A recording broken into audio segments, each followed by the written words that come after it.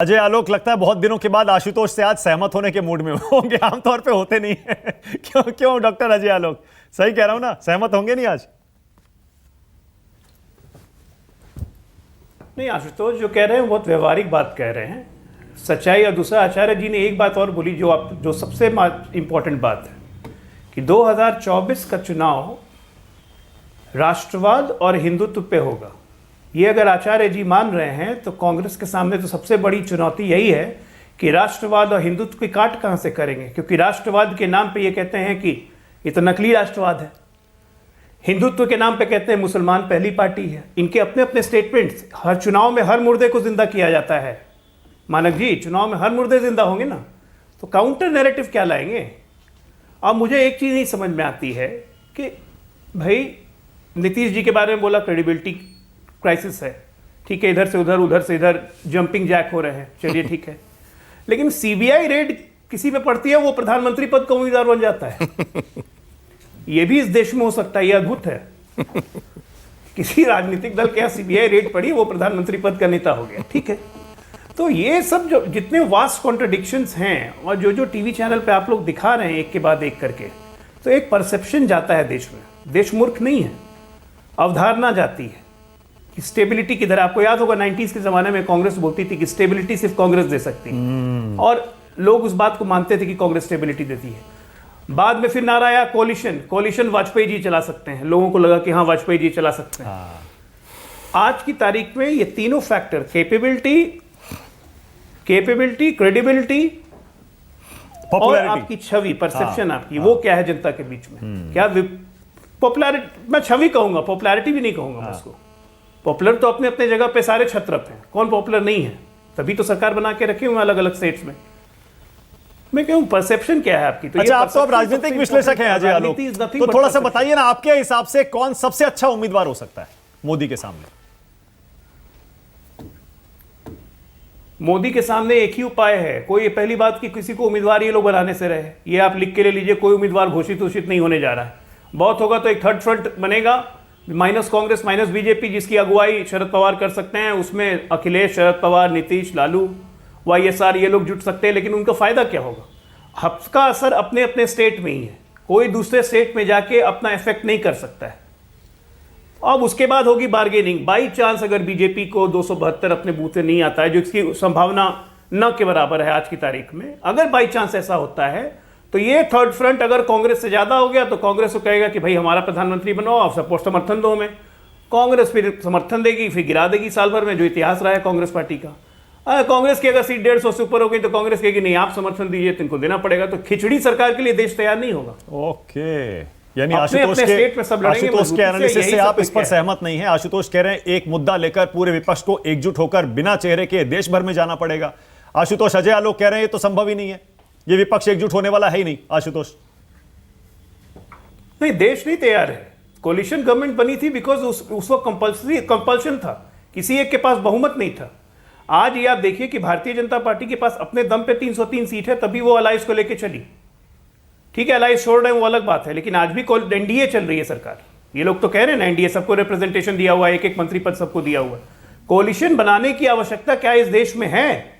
यही तो परसेप्शन इस देश में गया हुआ है। ओके, अच्छा, क्या कोलिशन सरकार अब इस देश की जरूरत है? उसके बाद आ रहा हूं, स्वयं पुरोहित आ रहा हूं। आचार्य प्रमोद कृष्ण, देखिए, प्रियंका गांधी, अगर आप कह रहे हैं राष्ट्र और धर्म पर चुनाव होगा, बीजेपी और वर्सेस विपक्ष, कह रहा कांग्रेस तो उसमें अजय आलोक कह रहे हैं कमजोर पड़ जाएगी। नहीं, अजय आलोक जी का तो दायित्व बनता है। जब नीतीश जी के साथ थे तो ये सबसे ज़्यादा नीतीश कुमार जी की वकालत करते थे, हमसे झगड़ा करते थे, लेकिन कोई बात नहीं है, उन्होंने अपनी बात रखी, मैं अपनी बात रख रहा हूँ। मैं अजय आलोक जी की एक बात से बिल्कुल सहमत हूँ कि ये जो सब दल मिलकर के जो बात कर रहे हैं कि इन दलों में एका होना मुश्किल है। लेकिन मैं एक दूसरी बात कहना चाहता हूँ, अगर दल मिल जाते हैं तो देश की जनता वोट उधर हो जाता, ऐसा नहीं है। अगर ऐसा होता तो 2019 में अखिलेश यादव जी और मायावती जी मिले, लेकिन नतीजा क्या हुआ?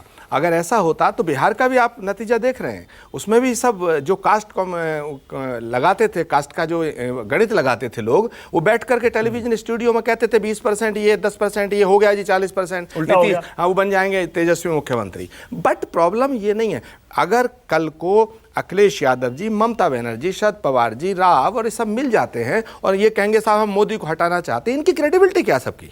ये देश में मोदी को हटाना चाहते हैं। राष्ट्र और धर्म जब नॉर्मल कोर्स में, एक second, listen to me KCR मुख्यमंत्री भाई, मुख्यमंत्री होना राज्य की बात नहीं कर रहा हूं मैं, राष्ट्र की बात कर रहा हूं। जो मैंने पहले कहा है, नॉर्मल कोर्स में जो आशुतोष जी कह रहे हैं बिल्कुल वो बात ठीक है कि मुद्दे जो हैं, जो इशू बेस्ड पॉलिटिक्स है, अगर मुद्दों पे पॉलिटिक्स हो, आशुतोष जी जो हैं बहुत विद्वान व्यक्ति हैं, इनका विश्लेषण ठीक है, लेकिन इनकी एक प्रॉब्लम क्या है, ये किसी भी कीमत पर बीजेपी को हटाना चाहते हैं। तो अब क्या है, नहीं उसमें ये थोड़ा भेदभाव कर जाते हैं। नहीं, मेरे बहुत प्रिय व्यक्ति हैं ये, जब पत्रकार थे तब भी और नेता थे तब भी।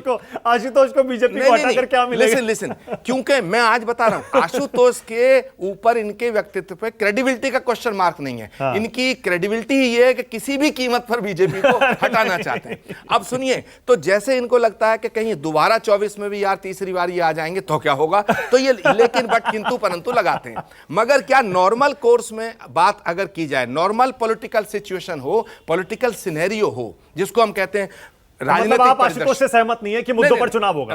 मैं पूरी बात कर लूं, बीच में आप टोक देते हैं। आज मत टोकिएगा, आज देश के भविष्य का सवाल है, ठीक है। अब सवाल है कि अगर नॉर्मल पॉलिटिकल सिनेरियो हो, सुनो मानक जी, तब आशुतोष जी की बात बिल्कुल सटीक उतरती है। दूसरी बात, ये नॉर्मल सिनेरियो नहीं है, ये विशेष और विचित्र परिस्थिति है देश के सामने।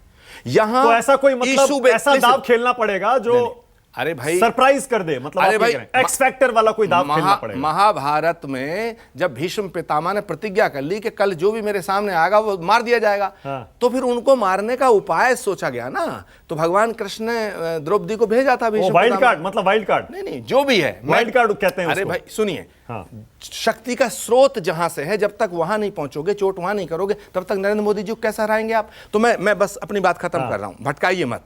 मैं कह रहा हूं कि ये विचित्र परिस्थिति है, ये इशू बेस पॉलिटिक्स से ज्यादा चेहरा बेस, पर्सनालिटी बेस। अब क्या है कि अगर आप नरेंद्र मोदी जी का सामना किसी से कराते हैं जो रीजनल पार्टी का हेड है, तो उसमें राष्ट्रीय एक्सेप्टेबिलिटी नहीं है, देश की जनता उसे एक्सेप्ट नहीं करेगी। तो इसीलिए मैं कह रहा हूं, मैं निवेदन करना चाहता हूं उन सब राजनीतिक दलों से और उन सब राजनीतिक नेताओं से जो ईमानदारी से नरेंद्र मोदी जी को हटाना चाहते हैं, वो प्रियंका गांधी को कैंडिडेट बनाएं और सब उनकी सपोर्ट करें। मुझे आशुतोष को एक मौका देना पड़ेगा क्योंकि आपने मजे ले लिए आशु के। हाँ आशुतोष बोलिए। नहीं, मैं आशुतोष जी से भी निवेदन करूंगा।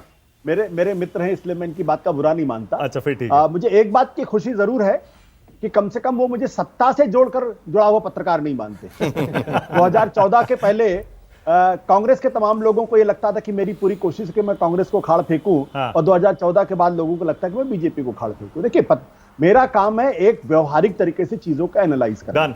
मैं कभी नरेंद्र मोदी को अंडर एस्टिमेट नहीं करता हूं, भारतीय जनता पार्टी को अंडर एस्टिमेट नहीं करता हूं, उनकी विचारधारा को अंडर एस्टिमेट नहीं करता हूं। और जिस तरीके की मेहनत नरेंद्र मोदी और अमित शाह और आरएसएस के वर्कर करते हैं, वो सारी पार्टियों के लिए अपने आप। ओके, स्वयं पुरोहित बोलिए कमेंट। मैं आचार्य जी की उस डर को दिखाना चाहता हूं जो कांग्रेस पार्टी अक्सर अपने प्रेस कॉन्फ्रेंस में कहती है। जैसे पवन खेड़ा वगैरह सब कोई कहते हैं कि ये प्रेसिडेंशियल फॉर्म ऑफ इलेक्शन नहीं है, प्रेसिडेंशियल फॉर्म ऑफ इलेक्शन नहीं है, बीजेपी इसे बनाना चाहती है। आप क्यों उस व्यक्तित्व से डरते हैं? क्योंकि आपके पास उस व्यक्तित्व को मैच करने के लिए कोई चेहरा नहीं है, ये सच्चाई है। नहीं, मैं नहीं डरता, मैंने तो खुद अपना डर प्रकट पहले कर देते हैं, तो आप लड़ेंगे कैसे? तायद की है। ओके, अजय उपाध्याय। नहीं, मैं कांग्रेस पार्टी, ये प्रेसिडेंशियल फॉर्म अजय उपाध्याय होगा, प्रेसिडेंशियल इलेक्शन होगा या इशू बेस्ड होगा? देखिए, देश में संवैधानिक प्रक्रिया क्या है? यह संसदीय लोकतंत्र है और संवैधानिक प्रक्रिया यही है। संसदीय लोकतंत्र के तहत ही चुनाव होता है। क्षेत्रों की अपनी अहमियत है। क्षेत्र तमिलनाडु से लेकर के और कश्मीर तक जाएंगे तो अलग अलग क्षेत्रफल है और उनके अपने अपने आइडेंटिटी है। तो आइडेंटिटी को आपको ध्यान रखना होगा। मुद्दों की बात जो अभी हो रही है ना, ये चुनाव जो 2024 का होगा निश्चित तौर पे मुद्दों पर होगा, और मुद्दों में सबसे बड़ा जो मुद्दा है महंगाई बेरोजगारी के साथ साथ जो पूंजीपतियों बनाम जो गरीबों की आवाज है, इस देश में गरीबों की आवाज दबाई जा रही है। पूंजीपति दो मित्र देश को लूटने में लगे हुए हैं, सबसे बड़ा मुद्दा है। मतलब चेहरों पे नहीं होगा ना, चेहरों पर चेहरों कभी पे नहीं होगा। अरे वाजपेयी जी से अपराजिता बड़ा सारंगी चेहरा बोलिए, देश में कोई था? अपराजिता सारंगी बोलिए। वाजपेयी जी जब देखिए, आचार्य जी ने एक बात कही। वाजपेयी जी जब प्राइम मिनिस्टर थे 2004 में अपराजिता जी कंप्लीट कर ले अजय उपाध्याय। पूरा देश देखा, वाजपेयी जी से बड़ा नेता था कोई विपक्ष में, लेकिन क्या हाल हुआ पूरा देश देखा। बोलिए अपराजिता जी, बोलिए।